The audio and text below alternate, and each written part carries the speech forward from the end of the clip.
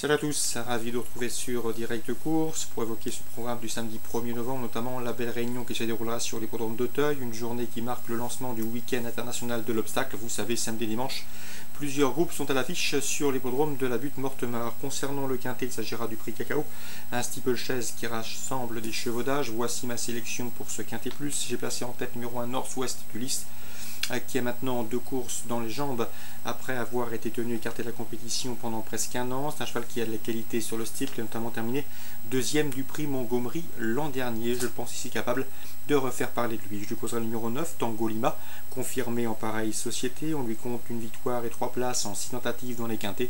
Elle devrait une nouvelle fois participer activement à l'arrivée. Le numéro 3, Un Regard, qui a remporté le prix André Adel devant bon nombre de ses rivaux du jour. Un succès qui lui a valu d'être remonté de 4 kg sur l'échelle du handicapeur, mais qui à mon avis garde une bonne chance dans cette épreuve.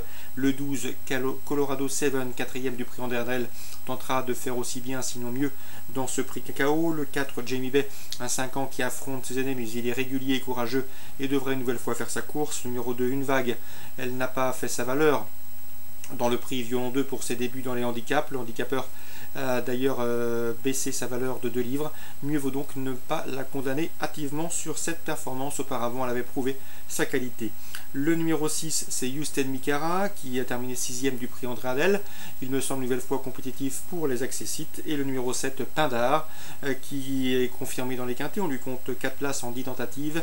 Le 5 ans entraîné par Jean-Paul Gallorini tentera ici de venir brouiller les cartes. Résumé chiffré pour ce quintet: As, 9, 3, 12, 4, 2, 6 et 7. En cas de non partant, je citerai le numéro 13, Messire Fontenaille.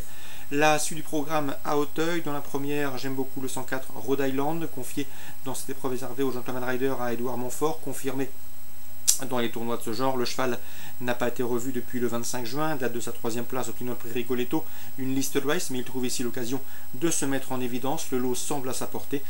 Dans le prix Bournesienne, un groupe 3 réservé aux femelles.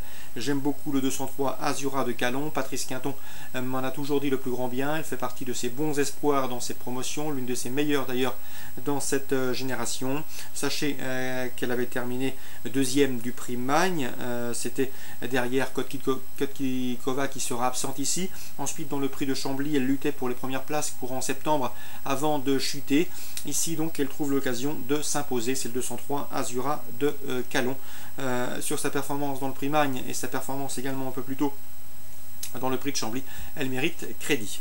On lui posera le 108 Ardina, qui a effectué une excellente course de rentrée le 8 octobre, 203-208. Dans le prix Congrès, le steeplechase groupe 1 réservé aux 3 ans, on prend la ligne du prix Noireau, disputé le 12 octobre, à savoir le 304 Baie des Îles, le 301 Carrel Celtic et le 305 Cobrook, respectivement affichés 1er, 2e et 3e de ce prix Noireau, la course référence.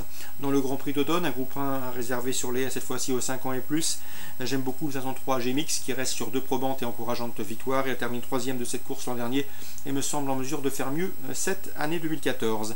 Il peut prendre sa revanche donc sur Lord Prestige, le 508, et sur Rêve de Sivola, le 507, respectivement affichés 2e et 1er de la précédente édition. Attention également aux Britanniques, le 502 Zarkandar.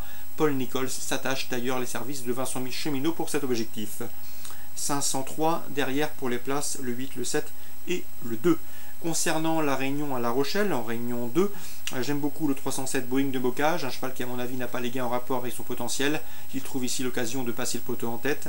Le 605 Nantucket, qui est en retard de gain. Le cheval compte 2 courses sur notre sol après avoir évolué en Scandinavie et autant de victoires, une victoire à Rouen-Maucanchy suivie d'une 2e plus récemment à Vincennes. Le cheval sera de nouveau déféré des 4 pieds.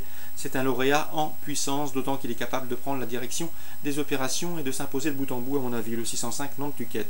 On lui posera le 604 Humberto de Nacre, régulier, le 606 Vertige d'Avril, qui est lui aussi au mieux, et le 607 Valco Genila, à racheter et à ne pas juger sur sa récente disqualification. Tous ces chevaux ont l'avantage de partir au premier échelon, un atout certain sur l'hippodrome de La Rochelle.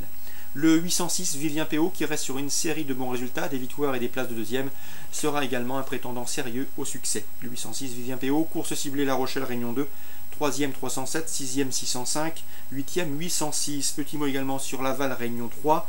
J'aime beaucoup le 315 Adèle du Cap-Vert. Elle va débuter autre montée, mais attention, elle a déjà gagné sur les pentes de Laval. Elle fait face à un bon engagement au plafond des gains. Sachez également qu'elle a déjà marché une 16 et fraction sur ce parcours. Ça doit suffire pour y disputer ici les premiers rôles. Dans la 10e, j'aime beaucoup le 1013 Sultan de Bougie, qui a vraiment tracé une plaisante fin de course et une bonne fin de course dernièrement à Nancy, dans un lot de meilleure facture. Le cheval n'est pas à l'abri d'une incartade, mais si son amateur Jean-Charles Péton parvient à le maintenir dans de bonnes allures, il a parfaitement les moyens de s'imposer dans cette épreuve réservée aux amateurs. Donc à Laval, dans la 3e le 15, dans la 10e le 13. Excellent jeu à tous, bon samedi et rendez-vous demain pour une nouvelle émission.